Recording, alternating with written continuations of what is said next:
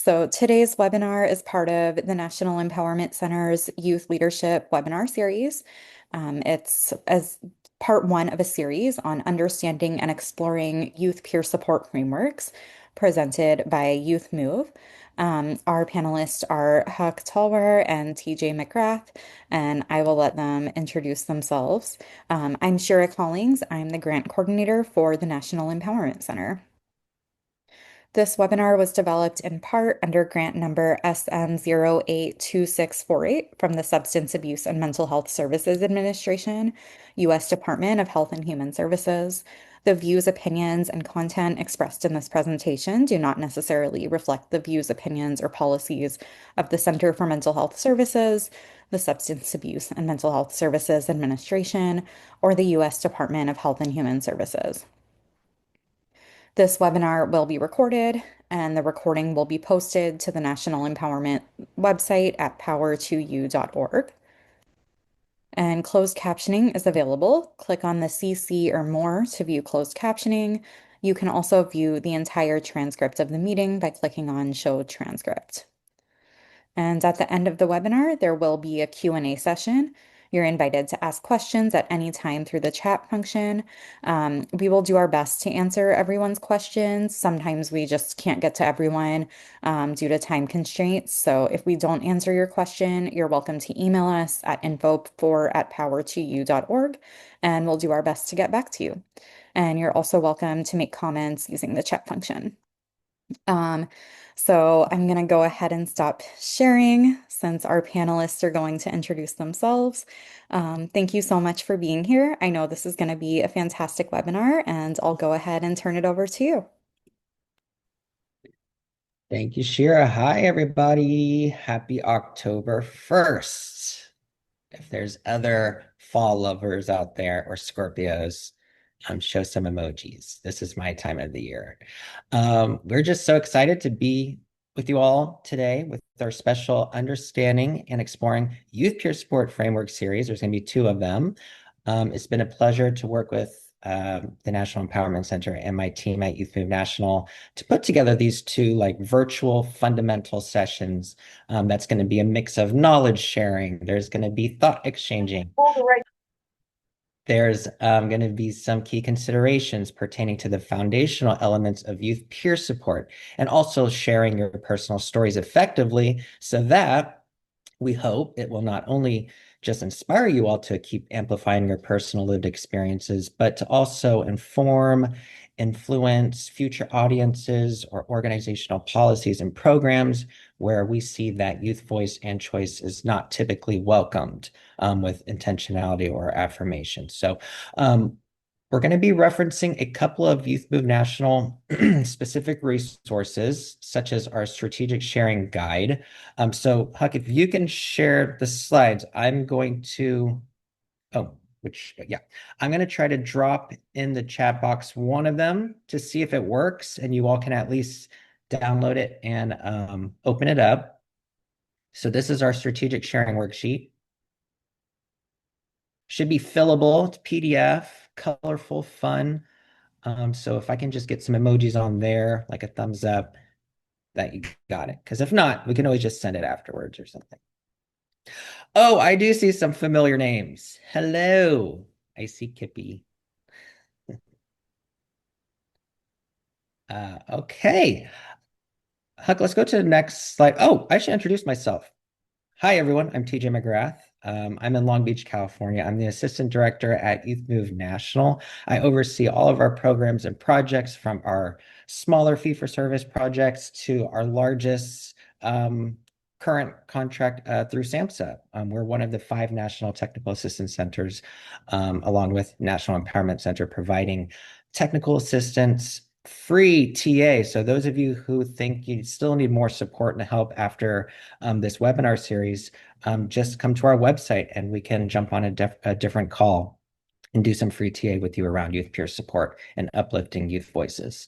Huck? Thank you so much, TJ. Hey, everybody, my name's Huck. I am coming to you from Columbia, Maryland, and I am a youth program specialist trainer at Youth Move National. I'm very excited to be here with y'all. I want to give it back to you, TJ. Right. Let's go to the cohort outline slide so everyone can see. This is just a brief overview of what we're going to be covering in both of the sessions. So again, this is session 1. Next Wednesday is going to be session 2. But if we just focus on today's box in session 1, we're basically going to be going over multiple fundamental elements of youth peer support, from its history and importance to ethics and boundaries in youth peer support, as well as touching up on quality documentation and practices around that, and then ending with a little strategic sharing self-reflective activity.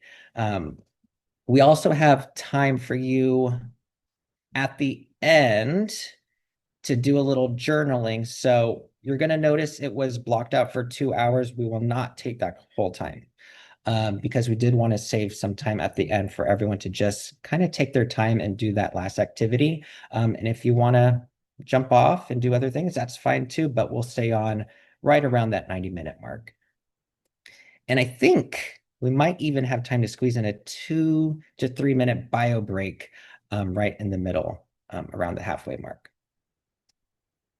Okay, let's go to our connection before content. It is a larger group today. Yeah, we'll do this one and then I'll go back to the objectives. It's a larger group today. So we're going to utilize the chat box for this.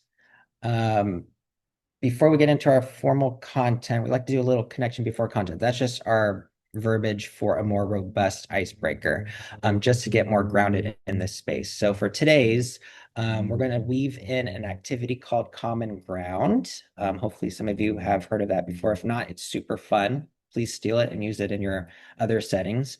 But we're going to use the chat because of the size of the group.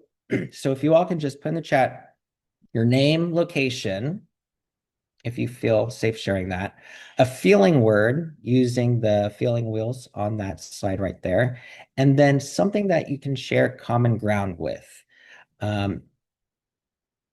If you can relate to what someone is sharing in the chat box, just use the emoji or a reaction to their response in the chat. So I'll go first. I'll put, oh, and try not to put your role, please. We're trying to save that for later. I'd be like, hi, I'm TJ,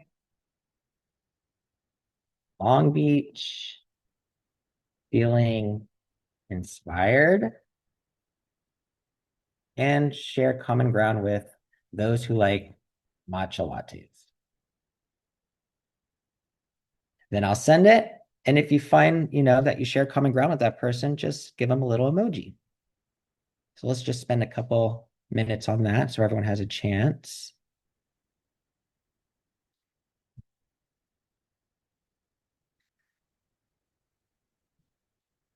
I love how everyone just from all corners of America. I haven't seen anyone outside of the country yet, but we'll see. Hello, Shonda. Randy, hello. People from Massachusetts, Wisconsin. Amber, me too. Wonder if there's any cat people like us. Oh, there it is. Melissa's a cat person. You'll definitely probably see my cats, Melissa. Maybe Huck's too. This is Mark Carmet. Hi. Hi, how are you doing? Good. Did you want to share? Just basically, I'm going to be taking notes on this meeting and turning them into my organization, Project Return Peer Support Network. No worries. Thank you for saying hi. Thank you. Hello, Nicole. Love gardening. Ruth. Virgos. I like this. Ooh, sublime. Jared, can we make sure everyone's on mute if we can? Yeah, absolutely. Thank you. Hi, Lynn. Anyone from Hawaii? Thank you all for going through and putting an emoji for those you share common ground with as well. We'll just do 30 more seconds.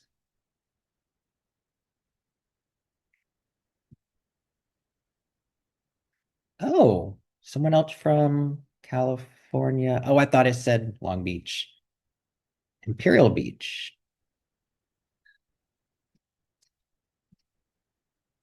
Okay. Nice. Cincinnati. Almost to the bottom. Nice. LA. Dodgers did so good yesterday. Brianna, thank you. All right. Thank y'all for interacting with me on that. Huck, okay, now let's go back to our learning objectives if we can.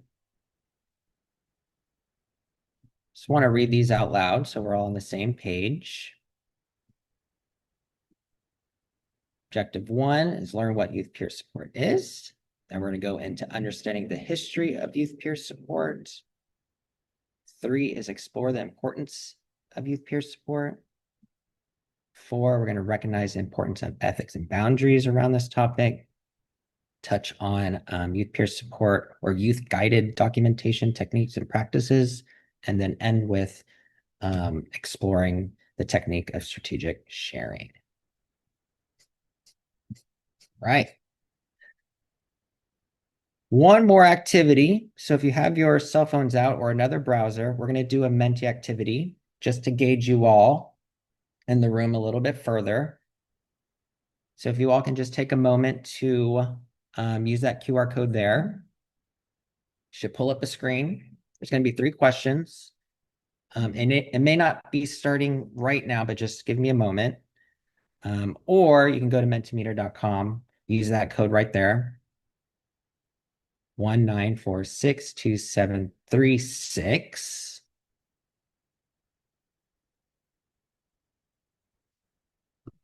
Okay. While y'all get into that, I'm going to pull up the screen here.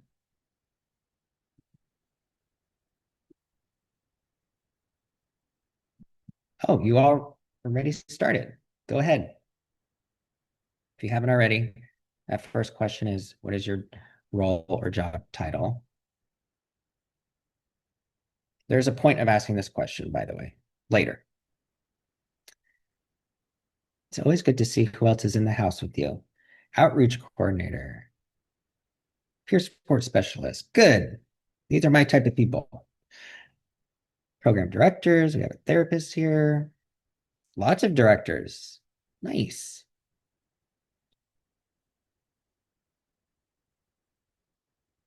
CRSS.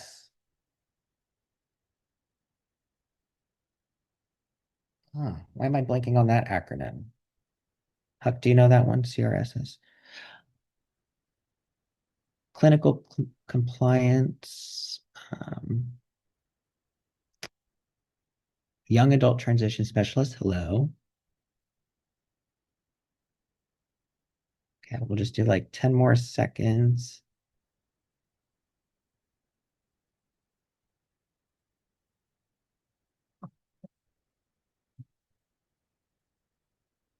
It's working. I love it. Okay. Peer supervisors here. Awesome. All right, let's go to the next question. There's just 2 more.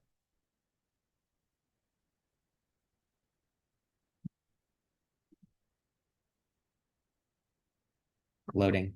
There we go. What, in your personal opinion, are the key components of youth peer support?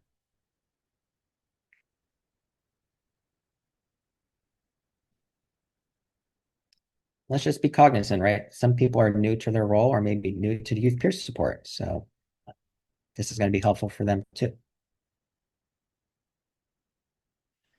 Absolutely.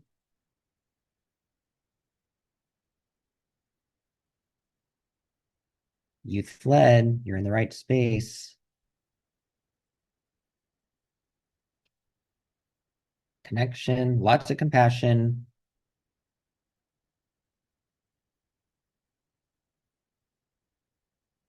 navigating. Remember these descriptive action words for later too. Strength-based, non-judgment, healthy boundaries.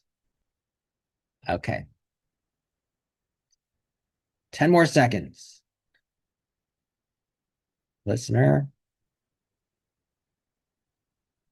Person-centered. Coaching. Right. Last but not least.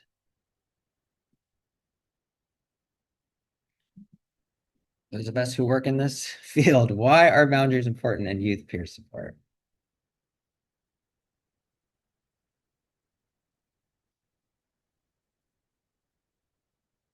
And you can think of it on both sides of it. There it is, number one. Yep. Oh, I like that one. We are professionals, not friends.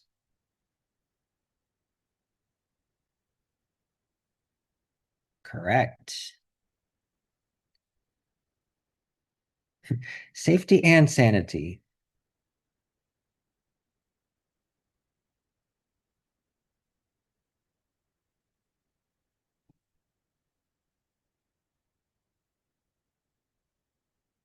Professional relationship, teach appropriate boundaries. Perfect. Power healing. That's totally real. Compassion fatigue.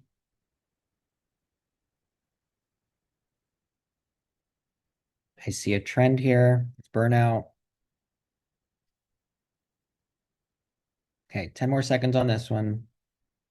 We'll wrap up this activity.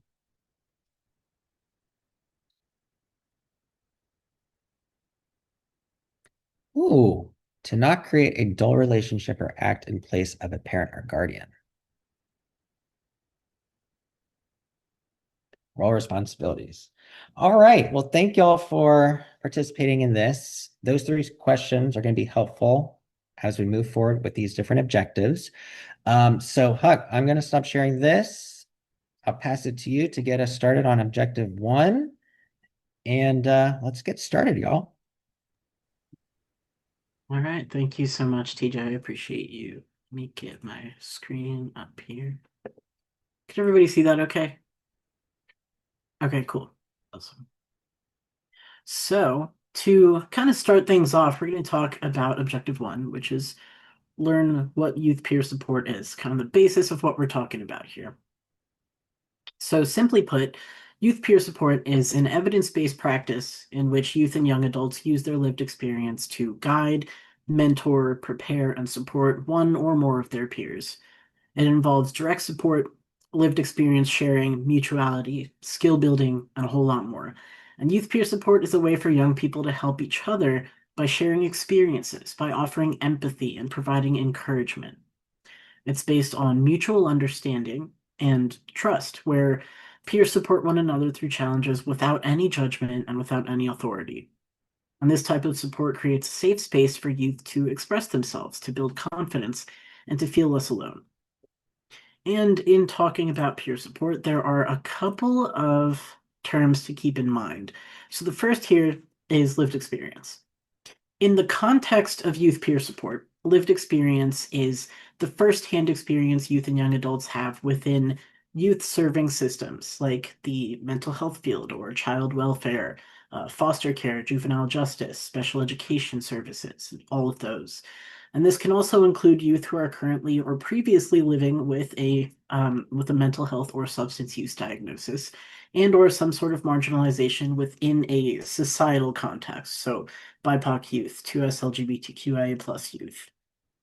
And then the second term up here is youth voice. This is the active and very meaningful participation of young people in shaping and influencing decisions, policies, programs, and services that directly impact their lives and their well-being. It really emphasizes the importance of listening to, respecting, and valuing all of the perspectives, ideas, and experiences of youth and young adults in the design implementation, and evaluation of support systems and resources tailored to their specific needs. And the last one we got up here is trauma-informed. This is, of course, an approach to care that recognizes the impact of trauma, and it incorporates knowledge about it into policies, practices, and general procedures. And it can involve using trauma-sensitive language, educating staff on trauma and its effects, and avoiding activators. So in talking about that, what exactly does a youth peer specialist do? So youth peer support is built on connection, on empathy and lived experience, and it's about reflecting on your own experiences and using that to support and mentor young people as they define it. We have a few specific roles of a youth peer specialist, and the first is to build self-efficacy. This is a big one, right? Youth peers empower the youth to believe in their capacity to make the decisions and actions necessary to meet their self-determined goals. And youth peer support specialists build that self-efficacy by sharing lived experiences that inspire confidence and resilience in others. And through encouragement and modeling healthy coping skills, they help young people recognize their own strengths and believe in their own ability to succeed. And the next is to share with purpose. We don't want to share for the purpose of venting or forcing a decision on a youth, but rather use strategic sharing, which we'll get into later, that gets a message across to the youth for their benefit. Youth peer support specialists share their experiences with purpose to offer hope, connection, and of course, real-world examples of growth. And by being intentional with that, they ensure that their stories empower others without overshadowing the individual journeys of the youth that they support. Third up, we have provide affirmations. Youth peer support specialists do this to help young people feel seen, valued, and capable. And these positive reminders build confidence and reinforce that belief that growth and recovery are possible. Promoting inclusion is another thing we can do in order to make youth peers feel like they're part of a community, that they belong. And it could also expose them to different viewpoints. Youth peer specialists promote inclusion by creating spaces where all kinds of identities, backgrounds, and experiences are respected and welcomed. And their role helps foster this sense of belonging, which is essential for healing and connection and personal growth. And then we have to reduce stigma. Youth peer support specialists reduce stigma by openly sharing their experiences with these systems, showing that recovery is possible. And that honesty and vulnerability helps normalize struggles and encourage others to seek support without shame. Next is building relationships and community. The youth peer specialist is in a role that provides resources, connections, and community engagement. And oftentimes, peer support specialists will take their youths into the community for events and honestly, sometimes just to chat, like go to a coffee shop. Youth peer specialists build relationships and community by fostering trust, connection, and that mutual understanding among young people. And these kinds of supportive bonds can create a foundation where individuals feel safe, valued, and empowered to grow together. Of course, we have to provide individual support. We do provide individual support by meeting young people where they are and offering personalized guidance based on those shared experiences. And this kind of one-on-one connection helps the youth feel more understood, supported, and honestly motivated in their recovery journeys. And as I mentioned earlier, a role of a youth peer specialist is to empower. Youth peer specialists empower others by helping them recognize their strengths and making their own informed decisions. So through encouragement and shared experience, they inspire confidence and promote that self-determination. So let's think of this kind of on the flip side and talk about what is not the role of a youth peer specialist. It is not being the star. It's about being present, listening, and walking alongside someone through their journey. So it's not about having all the answers or being in the spotlight, but about creating safety for others to feel seen, heard, and valued. So true peer support is grounded in empathy and mutual respect, not attention or recognition. It's also not being a chauffeur. If the youth needs a ride here and there, sure. But it's not a peer specialist job to drive youth around where they need to go. And instead, a better alternative might be supporting them in navigating public transportation. It's also not being a babysitter. It's not about supervising, it's not about managing, and it's not taking responsibility for someone else's behavior. Instead, it's about building that mutual, respectful relationship where both people feel empowered and supported. So, peer supporters offer empathy and understanding, not any kind of control or authority. So, that really helps others grow through shared experience rather than, looking after them. It's also not in the job description to be a friend either. I know we saw that in that mentee earlier. Youth peer support goes beyond casual connection and is rooted in purpose and boundaries. And while friendship can be a part of the relationship, peer support focuses on intentional listening, empathy, and support without judgment. It's a structured, supportive role that prioritizes the well being and growth of the person being supported rather than mutual social bonding or any sort of personal gain. And then we have to police them and be an informant. We are not their authoritative figures. We don't police them or judge anything they say or do. We don't tell them what is right or wrong.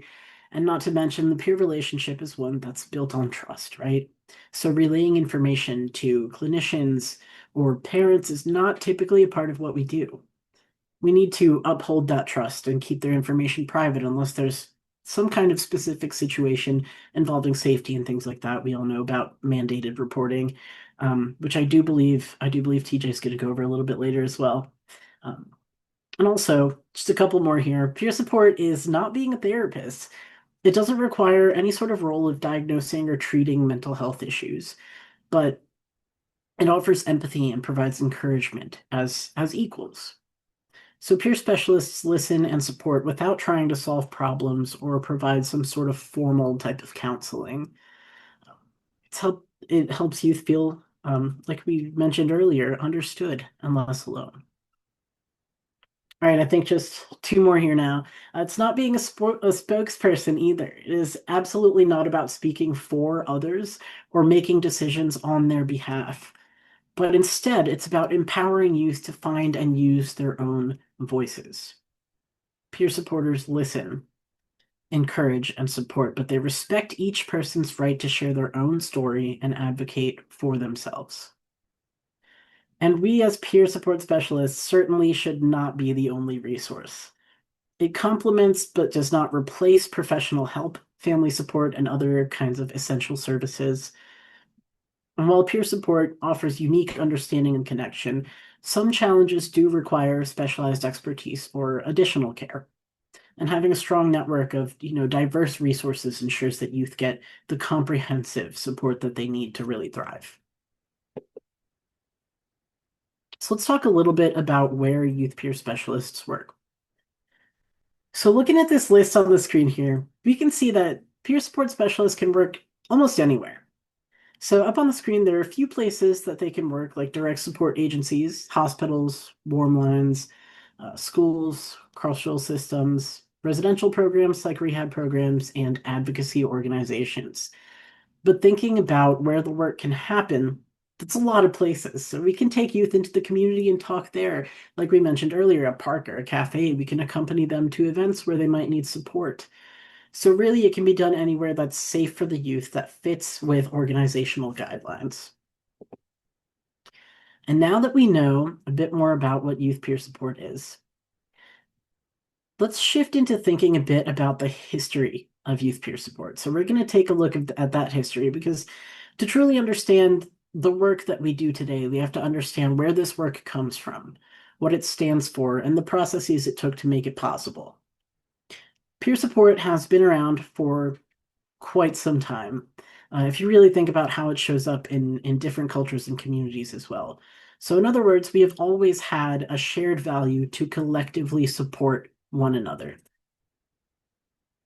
So starting in the 20s, Harry Stack Sullivan, this American psychiatrist and psychoanalyst, really looked at peer support and recognized the positive effects that it had on others. He began employing peers in recovery as aides in psychiatric settings.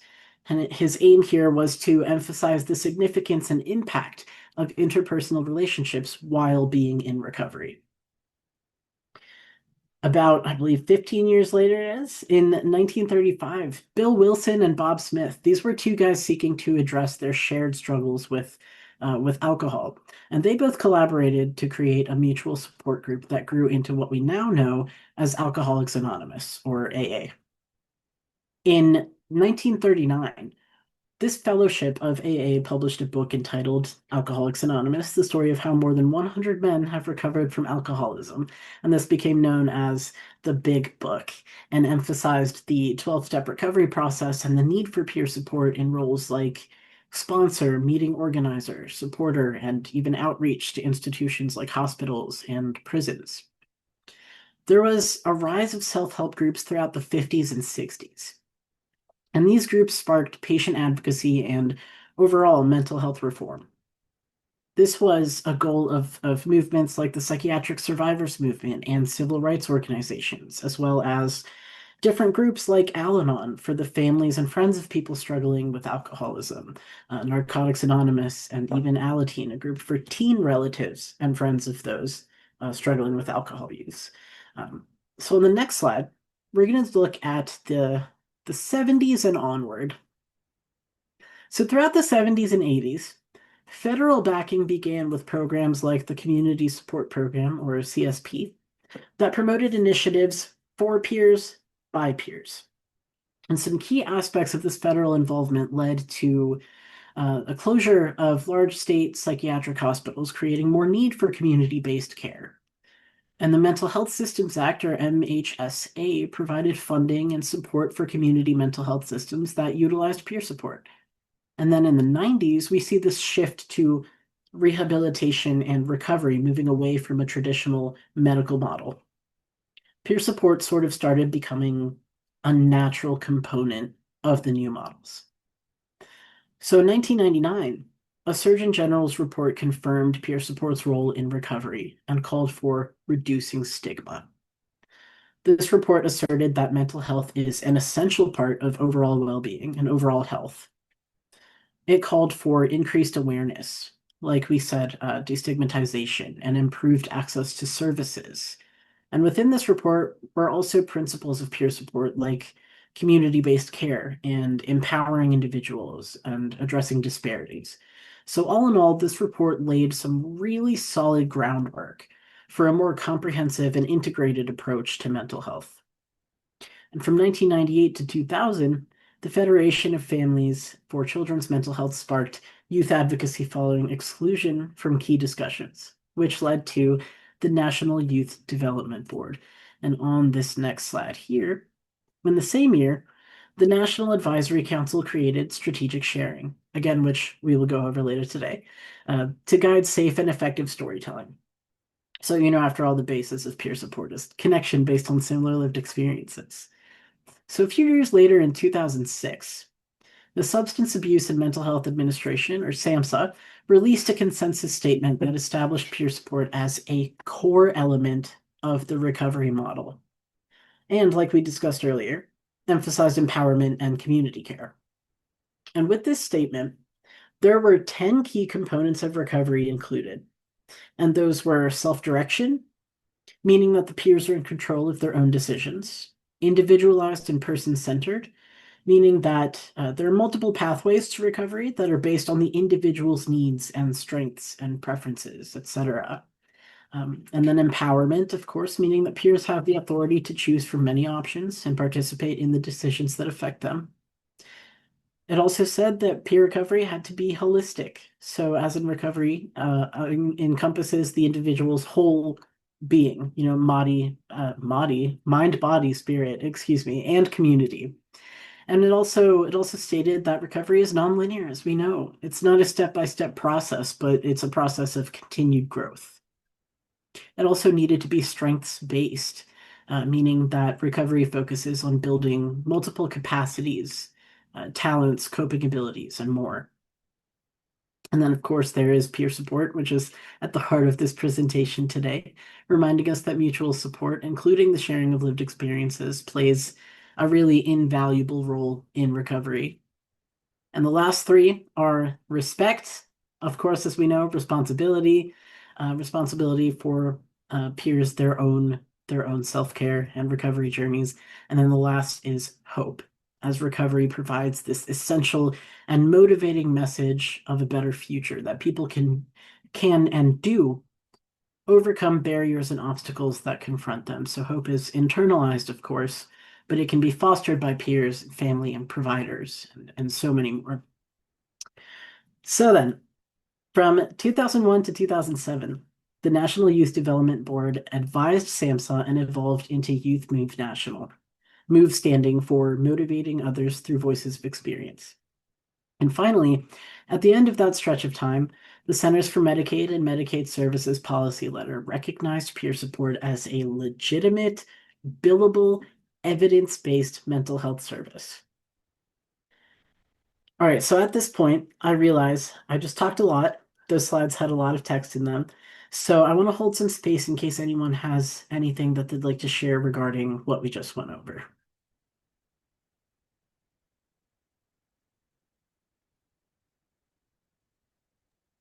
And Huck, I shared our issue brief on the history of youth peer support too. Thank you. Yeah, please do check that out.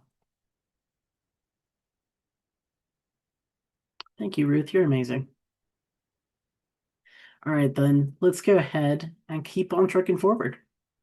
So youth peer support plays a crucial role in fostering emotional well-being and a sense of belonging. So we're going to explore why youth peer support is important, not just as a resource, but as a powerful connection rooted in shared experiences. When young people support each other, they create safe spaces where trust and understanding and empowerment can really thrive.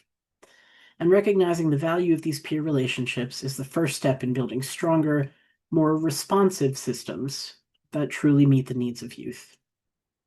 So let's go over the benefits of youth peer support first. Of course, there are many benefits, but we're going to highlight 4 of them here. And the first is finding your own voice. This empowers youth to express their thoughts, their needs, and values with confidence and clarity. It helps them build a strong sense of identity and self-worth, which is crucial during times of growth and change, of course. When young people learn to speak up for themselves and what they believe in, they make healthier choices and are better equipped to advocate for themselves and for others as well. Developing their voice also encourages meaningful connections and creates opportunities for things like leadership and creativity and positive impact in their communities. The next step here is confidence. This is essential for youth because it helps them take on new challenges and make decisions and effectively navigate any setbacks that might come their way. When young people believe in themselves, they're more likely to try new things, to speak up, and pursue their goals without fear of failure or judgment. Confidence also supports mental health and emotional well-being. It reduces anxiety and strengthens relationships as it encourages open communication and self-respect. And with confidence, youth are better prepared. I was going to say prepped and prepared at the same time. Excuse me. Better prepared to navigate life's uncertainties and grow into really capable, very self-assured adults. And then, of course, there's connection. This is vital for youth because it gives them that sense of belonging, support, understanding during a time when they're really exploring who they are. And strong connections with peers, mentors, family, community, etc. All of this helps young people feel valued and less alone, especially during challenging moments. And these relationships build trust and emotional safety, which are key to healthy development. When youth feel connected, they're more likely to engage positively with others, to seek help when needed, and develop the empathy and communication skills that support lifelong well-being. Goal development and embracing change are also beneficial to youth because they give them purpose, direction, and can really aid in personal growth. Setting goals helps young people build motivation and focus as they work towards something that they set for themselves. And at the same time, learning to adapt to change teaches this flexibility and problem solving, really essential skills for navigating life's ups and downs, as we all know. So together, goal setting and adapting to change really empowers youth to take ownership of their future, to learn from their challenges and grow with both confidence and intention. Up on the next screen, we're going to take a look at the difference between youth peer support and other forms of peer support in a short YouTube video. I am going to really quickly stop sharing and then start sharing. Oh, just kidding. I'm just going to share sound. Okay.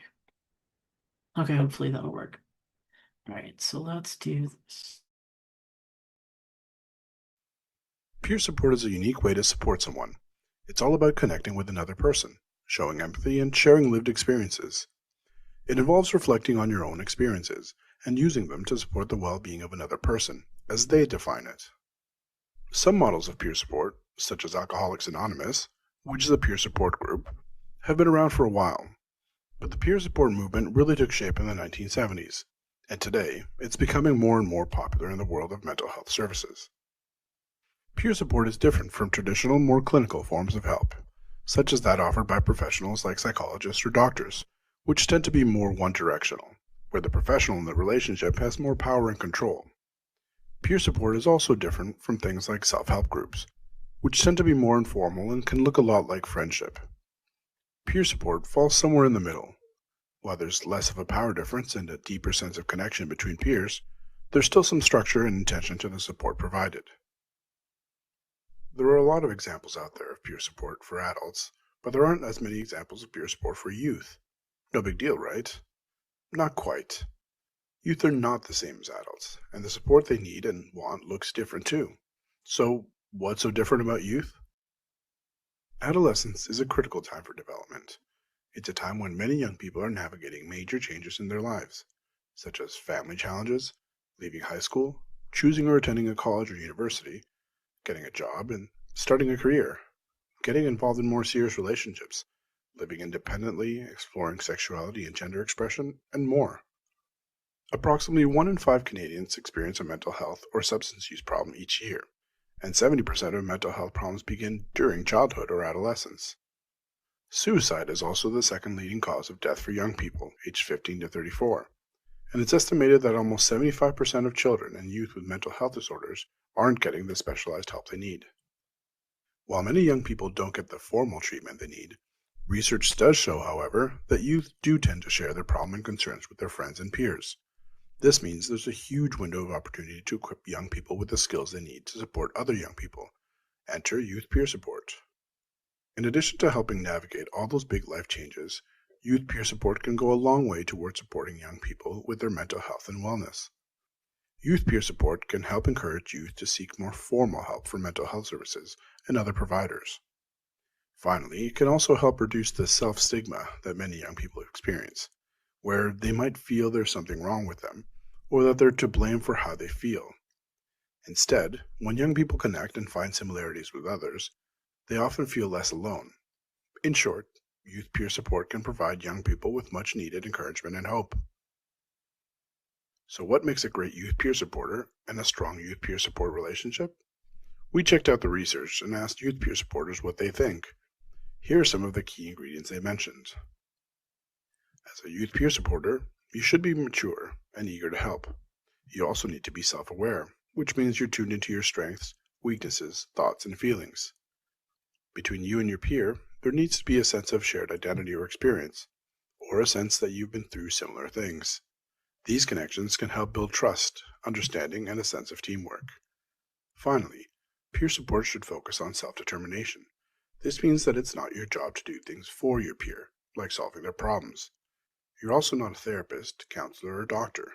These people are expected to treat your peer. Instead, your peer should feel like they're in the driver's seat, in control of the process and their life. As a youth peer supporter, your role is to listen and offer guidance and support that's tailored to the person you're supporting and their circumstances. While it can be difficult at times, it's important to let your peer do things their own way and on their own timeline. Remember, everyone's journey is different and happens at a different pace, and that's okay. Thanks for watching. Up next, supporting your peers.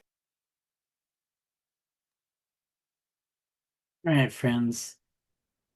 So after watching that, I did want to just pose some questions for y'all. And please do just think about these, just things to keep in mind. A couple things to consider after watching that video. Think about why it's important for youth peer specialists to be close in age to their youth. What different ways a youth peer specialist can support their peers, and if there are any qualities not mentioned in the video that you think a youth peer specialist should have. And I think for timing purposes, we're going to move forward with our next objective, which is recognizing the importance of ethics and boundaries. These are two concepts that are crucial in any peer support interaction. Ethics are going to ensure that you, of course, stay true to the peer support model and keep your peers safe, and boundaries, of course, are going to also ensure that you both are safe but are comfortable in interacting with each other. So let's talk about ethics first. Let me get over to that slide. So essentially, ethics are the system of moral standards or values that guides our interactions with others, particularly if our jobs create power difference, which means that we have power over others because of our position. So it's positional power, of course. Ethics, then, are essential in youth peer support because they create a foundation of trust, safety, and respect. And by maintaining healthy boundaries and honoring confidentiality and acting with integrity, peer support specialists ensure that their relationships with youth remain supportive and professional. And upholding these ethical standards also protects both the peer specialist and the young person, fostering this environment where honest and healing conversations can take place. So in short, ethics are standards and expectations for a role or field. They're about safety and preventing conflicts of interest. They are collectively established. They are core to the role. They're inclusive of community or field of practices values.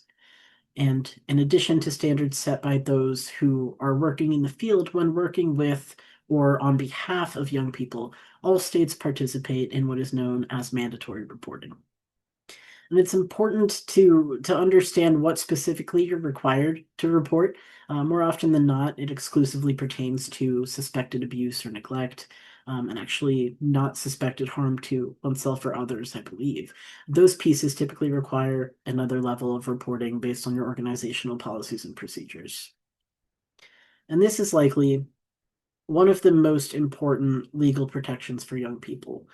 Because of the possible implications of mandatory reporting, you have to also be very thoughtful and discerning, as the law itself has that potential to be abused. So talking with your supervisor is, of course, the wisest first step if you suspect a young person is being abused or neglected or is at risk of harm to themselves or anyone else. And in order to be absolutely clear on what your responsibilities are in terms of reporting. So at this point, let's switch things over to look at boundaries.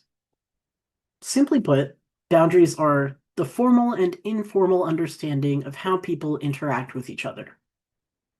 So boundaries are important in youth peer support because they help create that safe environment for both the peer specialist and the young person. And clear boundaries support healthy relationships by preventing over-involvement and maintaining professionalism and reducing the risk of harm. They also model self-respect and personal responsibility, right? Showing the youth how to set and maintain boundaries in their own lives. And just a couple of examples of boundary violations that might come up are spending non-work hours with the peer and or their family, right? That even includes like taking your work phone home with you and answering texts and calls after like a certain time at night. Also, of course, inappropriate relationships, coercion, inappropriate self-disclosure. And then please do keep thinking about any other thing that might come up as a boundary violation. It's really important to think about these and also find out a way that we can address them. So that, I believe, is all I had in terms of ethics and boundaries for today. And before we get to our next objective here, I'm going to pass the proverbial mic over to TJ. Thank you, Huck. Okay, so if it's Jamie or Jaime, I see you in the chat, and it's brought up a good point. So if you all have questions, this is perfect. I'll gather them and it'll help us with our next session when we dive into like co-reflection and we can have more of these resource sharing and cross-sharing of resources and answers and success stories and challenges. So please put them in there. I'm writing them down. Someone also brought up about mandating reporting around different states. That's perfect. Those things are great for session 2. Making sure I'm not missing anything else. Okay. Awesome. Thank you, Huck. I always appreciate co-facilitating with you because Huck always brings this calm demeanor, helps me get grounded, and I'm kind of like all over the place. So thank you, Huck, for leading us into objective 5. We're going to be talking about quality documentation as it pertains to youth peer support. But I did want to revisit a bio break and offer that. Do you all want to maybe take a 3-minute bio break, refill your water, use the restroom, and then we'll come back before we head into the last 2 objectives? What do y'all think? All I needed to see was 1 thumbs up. Perfect. We'll see you in at 55.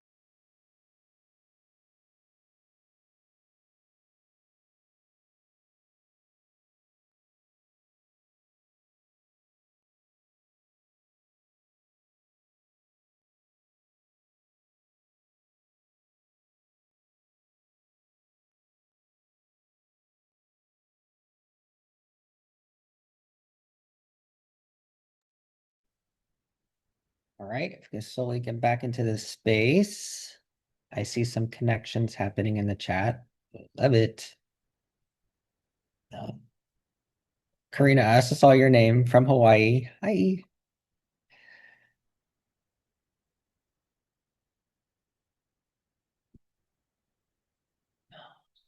Okay, as people come back, can anyone share what they had for lunch in the chat to give me ideas? Because I'm going to have lunch right after this. So. Or if you're still on my time zone, yeah, we probably haven't had lunch yet, huh? It's soup season.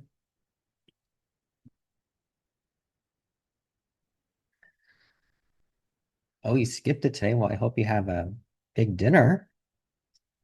Ooh, that sounds healthy, Megan. Oh, yum.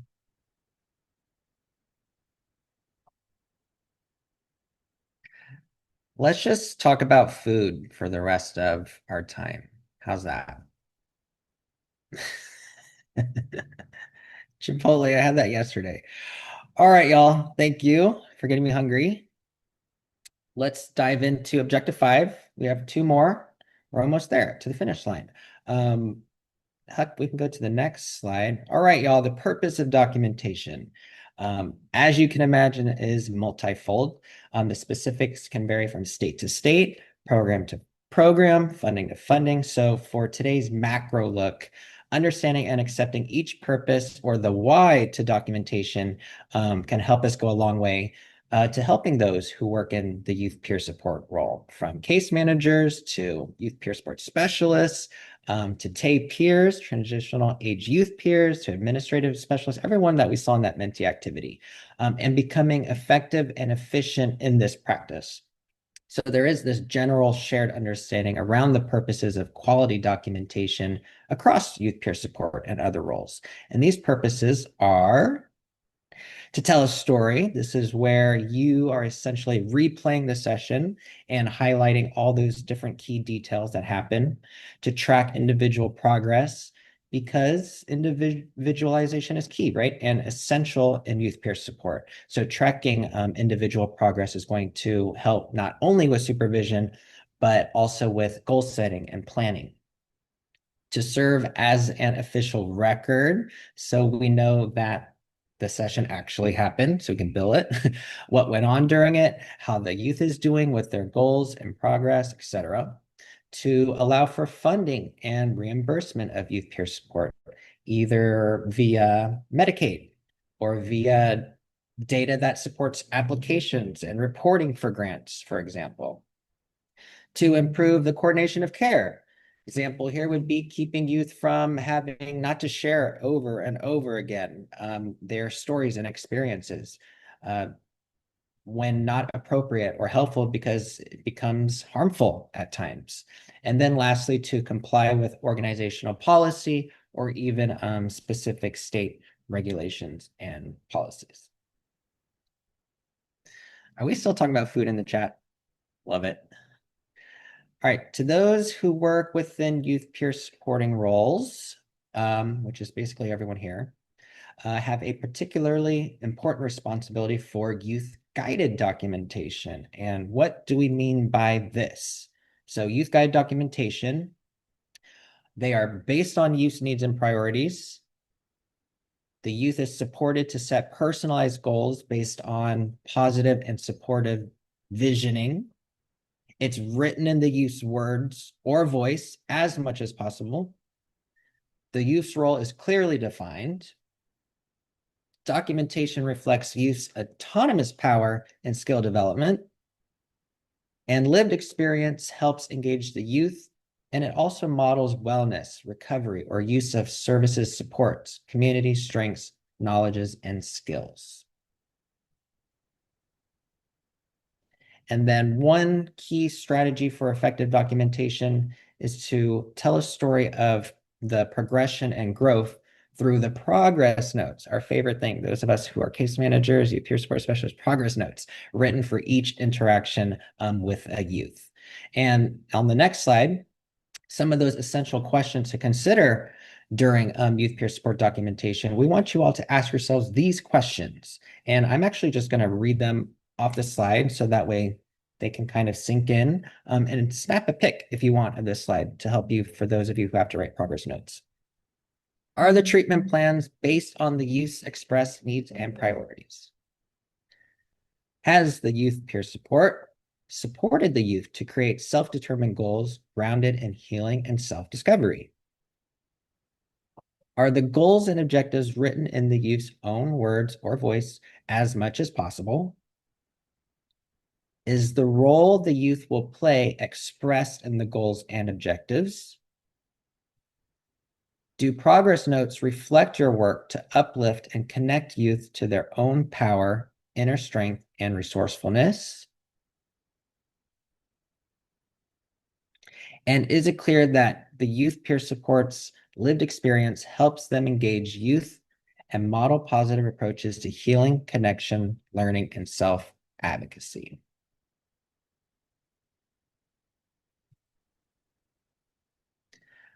Mike, I would say this is whatever role you're in, and you have to do progress notes or specific like funding documentation, whoever's filling that out with the youth, hopefully, that you're supporting. Thanks, Ashley. All right, y'all take a copy of this down. Awesome. When writing for documentation purposes, we want you to include a few things. Oh, wait, Huck, is there slide 29 or is this slide 29? I don't want to skip one of them. This is slide 29. Okay, perfect.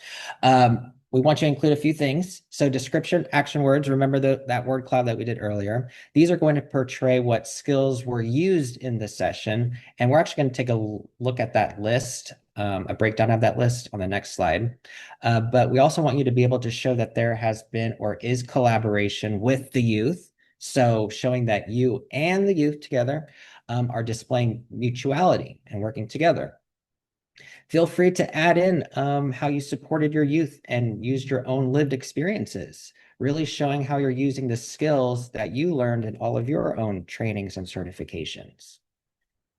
Lastly, include the ways that you are working towards their self-determined goals, explaining that focus and how you approach the next steps and how to achieve those next steps. Now we're going to actually look at those descriptive action words to hopefully help you with your writing and recording. Nice. So you'll notice on the slide here, we have some relevant descriptive action words that can be used in youth peer support documentation. We have, for example, some of my favorites: challenged, collaborated, discussed, that's frequently used, informed, guided, shared and showed, strategized, validated, worked. So these specific words are essential in youth peer support documentation because they clearly convey the nature and impact within all of the sessions that you have with the youth. They help paint a visually clear picture of the support provided, making it easier for others like your supervisors, clinicians, program managers to understand the context and effectiveness of the peer support and aid and treatment planning. Using more precise language also promotes accountability, ensures consistency in reporting, and highlights the strengths and progress of the youth being supported. And on the next slide, to accompany some of these descriptive action words are some ready-to-go phrases that you all can take home and utilize. I like some of these examples as well because they really sort of help with that role clarity, differentiation aspect for those who are providing youth peer support and those receiving. So let's read a couple of those. I provided peer support by assisting blank to adjust to blank's challenges by blank. Boom, a little template right there. I provided peer support by assisting blank to access community resources and supports. That's a major aspect of a youth peer supporter. The last one, I encourage blank to effectively interact with blank by blank.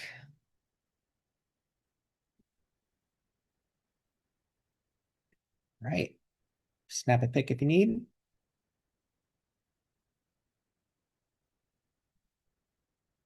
Nice. We're going to wrap up with this objective with a few more specific tips for quality and effective documentation.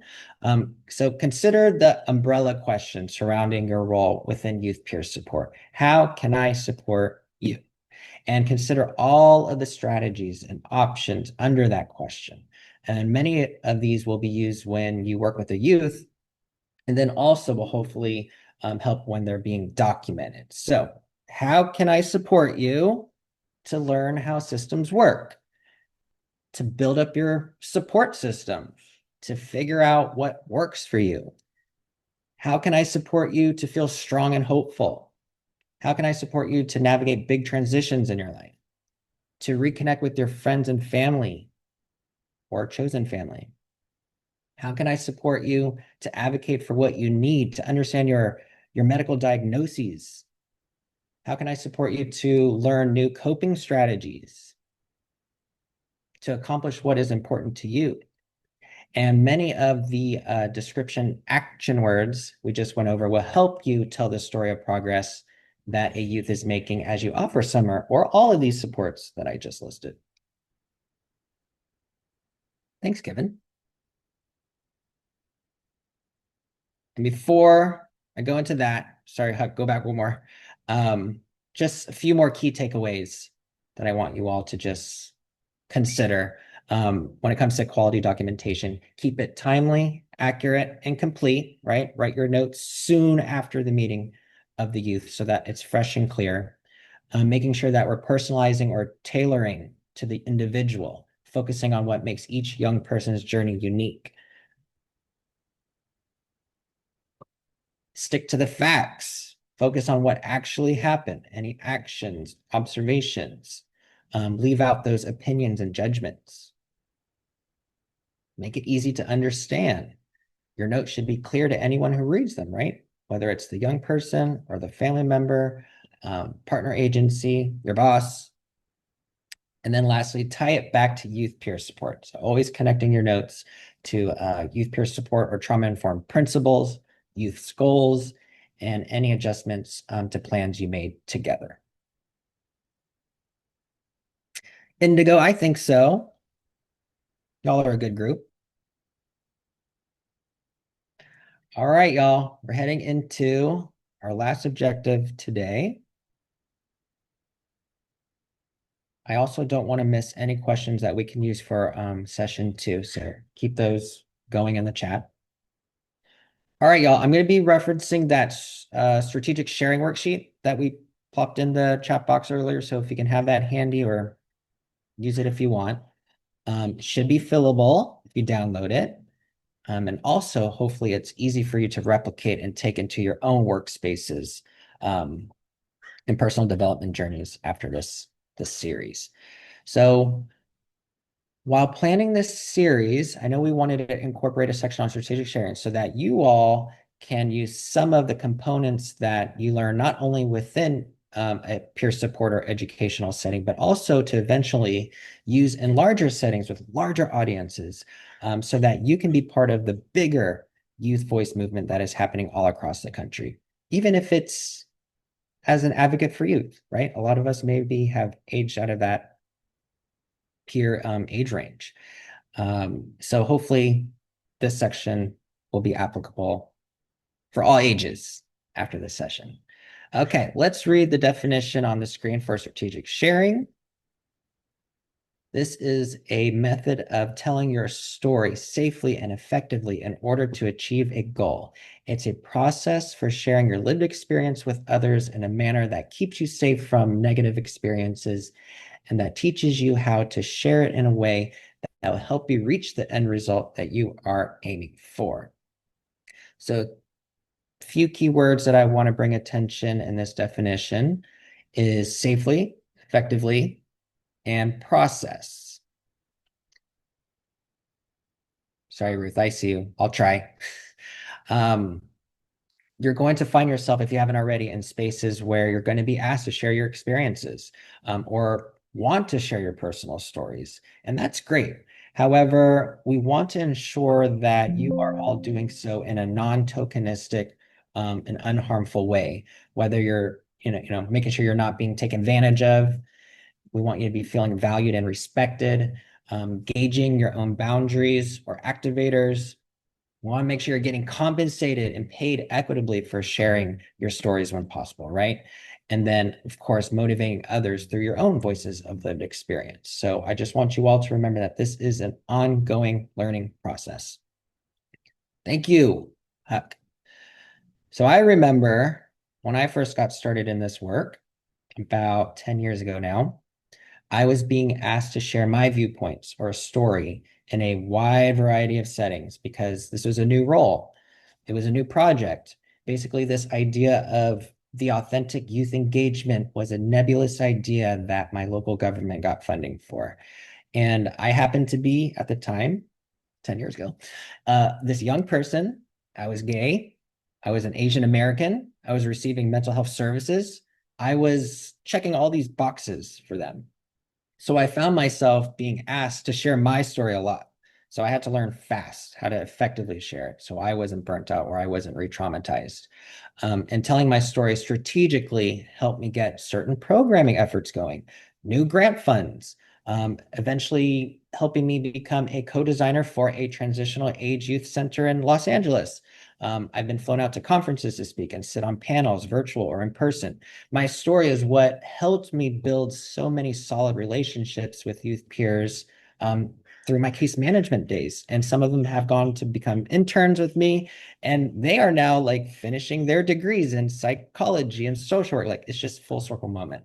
And I share this because at a turning point in my life, I dropped out of college, began to lose a sense of purpose, diagnosed with depression, anxiety. So I met with a doctor and they helped me find a LGBTQ certified therapist. And pretty soon after that, I came across this part-time job description that didn't require a degree. It didn't have a certain amount of field-related experience. It just wanted someone who was a part of the queer community, someone who lived in that community for a certain amount of time, and someone who had a passion for helping others, youth peer support. And now I'm happy to say I work at the national level. I'm assistant director now, and I just finished my degree last month. So I did it one class at a time. I went back and finished that. So, all right. Enough about me. Before we break down some key considerations of strategic sharing for you all to think about, we have a video of someone giving a TED Talk in a safe, effective, and inspiring way to provide some sort of model of sharing your personal stories in a larger setting. Thank y'all. I appreciate it. Video disclaimer though, we're only going to watch the first 4 minutes. However, about midway in those 4 minutes, the speaker does mention suicide. So I just want to be respectful in the way that if this does activate you, turn your camera off, take a break, walk away, but just check in with yourself. And I just want to put that out there. Okay, so we're going to watch the 4 minutes. It should stop automatically, and then let's check in.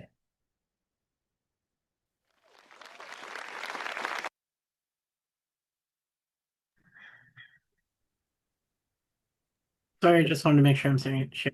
Oh yeah, it worked.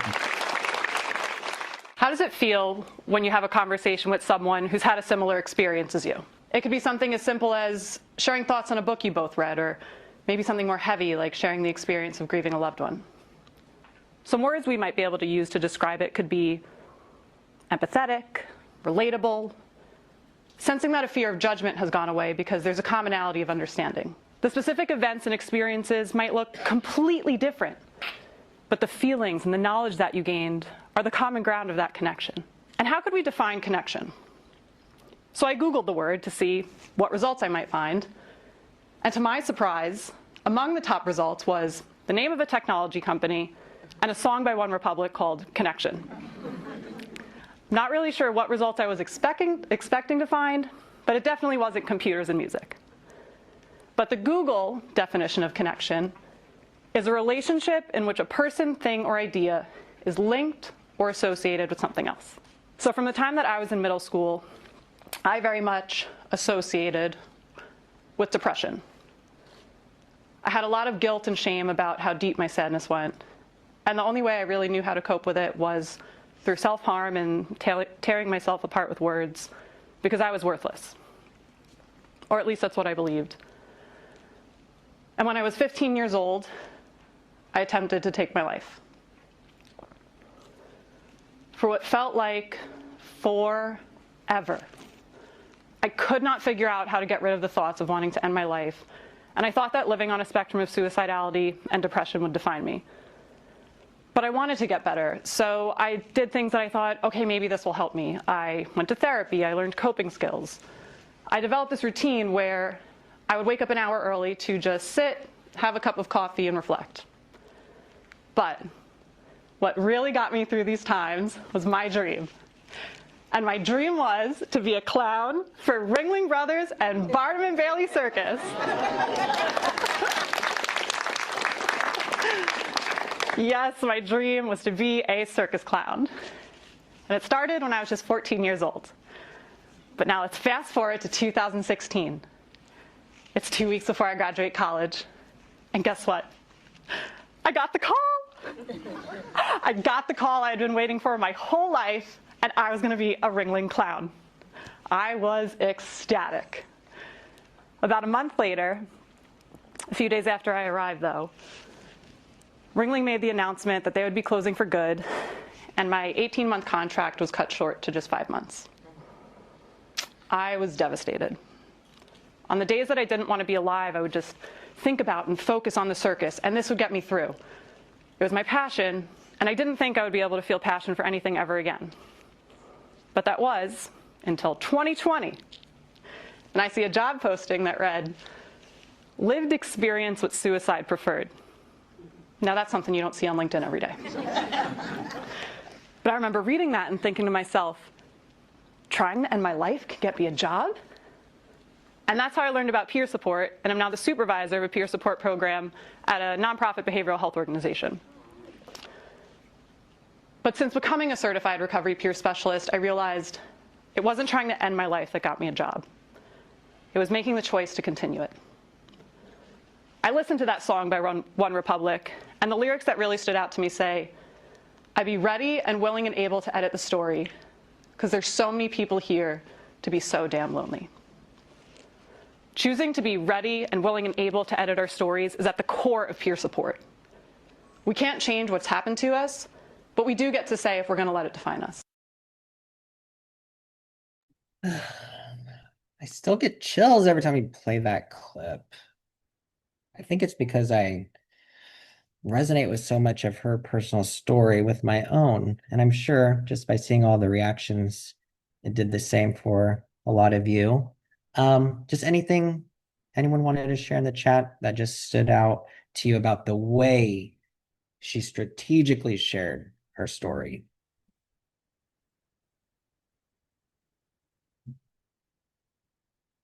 Effectively.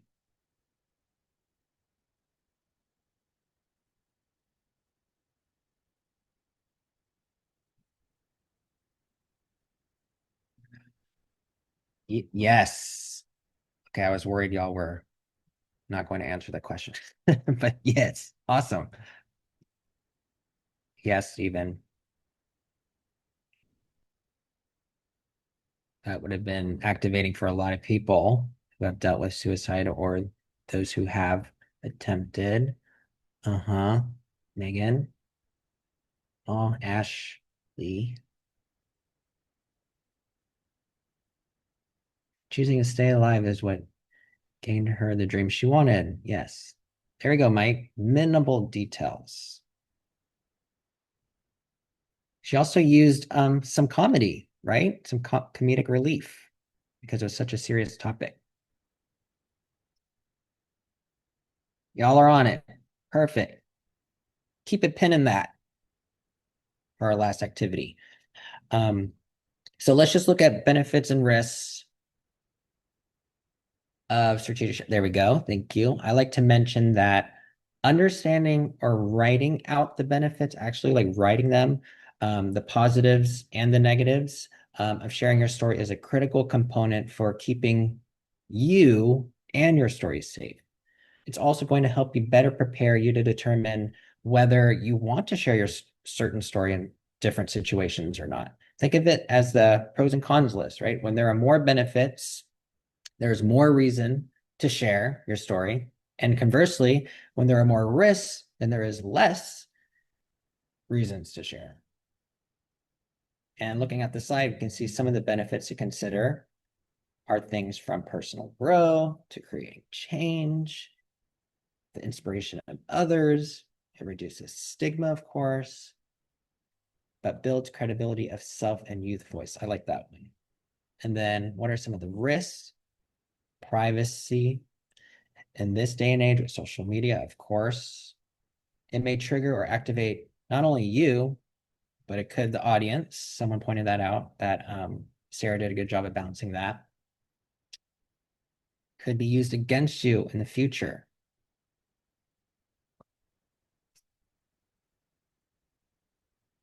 Any other like benefits or risks that may not be listed that maybe we can add onto this slide in the future?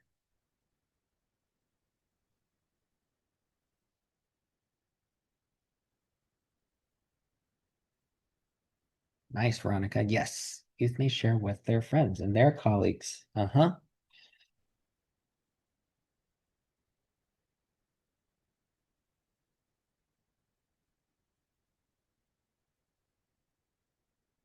Here we go. Thanks, Mike. Risk is tokenization. Ooh, let me write that down.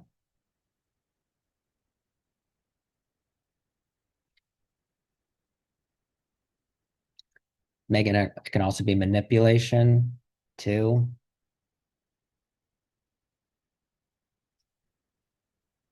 Time to self-reflect as a benefit. Definitely. Did you look ahead, Beatrice? Okay. Trying to be mindful of the time. We're almost there, y'all. Let's talk a little bit about the self-disclosure list. Okay, before we get into the final relaxing, I promise it's going to be a relaxing self-reflective activity. Huck, I forgot, maybe we can have some jams after that too. We want to share this self-disclosure checklist, and we hope that it can be handy when crafting all of your own turning point stories. And when you are about to disclose every part of your story, you can ask yourself these questions and honestly check in with where you are at the present moment. Really think about how your self-disclosure is helpful to the person you are supporting or who you are presenting to. So here are these questions, but also think about like, how is this helpful to the person I'm supporting? Or I like to add the alternative, how is this helpful to the people I'm presenting to? Am I using this? Go to the next slide real quick, sorry. Never mind, go back. I thought I had it in here. Am I using this as an opportunity to vent because I feel distressed about the situation or because of some other personal unmet need? Am I looking for someone to solve my problems for me? Am I sharing this because I don't know what to say and I need to fill in some time? Does my story demonstrate my strengths and resourcefulness? So my one last consideration I want to share is the only way to get better at strategic sharing your story is to consistently practice. Moments that put young people on the spot can be challenging or uncomfortable, even me now as an adult in this space. So sharing part of your own struggles can be done in a methodical way where everything from your story is memorized or planned out, but making sure you're practicing how you talk about or how you emote important moments of your story ahead of time can help you feel more prepared and grounded and less anxious. So I hope that helps. What we're going to do now, on your strategic sharing worksheets, you should, I think it's on page 3, I think at the very end, there's like this big open fillable space. If not, you can get a clean sheet of paper, or if you're tech savvy, you want to open up a notes app document in your phone, because maybe a lot of you haven't actually checked in on your personal stories in a while, or maybe you've never crafted one. So we wanted to end today with Jeff's perfect. Some time for you all to craft your own turning point stories. Now, when writing these, just remember, it doesn't have to be the deepest, darkest, most traumatic stories of your lives, right? In fact, it should not be. but it should be a significant experience that could benefit a young person that you may support down the road or share on a panel or at a conference. Remember, and to get paid for it. I shared earlier that my turning point was when I decided to go back to school after seeking therapy. This was a big decision to make, or it was a big decision in my life and my professional and personal life. So this is not an ask for you to share your entire life story or journey of lived experience. The idea here is to consider a single experience that was kind of a fork in the road for you, an experience in which there was a moment when you could choose to go one way or the other, and that decision changed your life for the better. So begin to reflect on your lived experiences and try to think of that decision that took your life in a new direction. And while you're doing this, consider how this choice contributed to where you are now. And if sharing this experience can resonate with and inspire a young person going through a similar experience. So we're going to turn off our cameras, turn on some jams. We'll put 10 minutes on the clock. It says 15, but it's going to be 10. And we hope that you all just kind of take this time to really think about it and write as much as you can, because session 2 is we're going to kind of revisit it and hear from other turning point stories so that you all can take home and start doing these in your different settings where you work, live, and play. Does that sound like a good point? And then at 10 minutes, we'll come back, close out a little early. Thank you Nice. so much. I am going to pause the recording portion of this webinar because um, I think that people might want to share in a confidential way and it might not make sense to record it. Um, so I am going to pause that and I'm going to make you host and I'm gonna step off and I just have another commitment, so I need to get to that. But I just want to thank you so, so much for this amazing presentation. This just feels like such valuable information for anyone who's interested in youth peer support. So thank you, thank you. And thank you to all of you for joining us. And I just want to say we'll be having the second part of this series at the same time next week. So we with a few more panelists. So I hope you will join us for that webinar. I think it's going to be another great webinar. And I hope you all have a great rest of your day and enjoy the rest of the webinar. Bye. Hi, thank you. Yeah, if you all have to go, feel free to. This is just some time we want to give you all to actually intentionally write out your turning point stories. We have 9 minutes now. We'll play some music. EJ, can you give me like a thumbs up if you can hear this?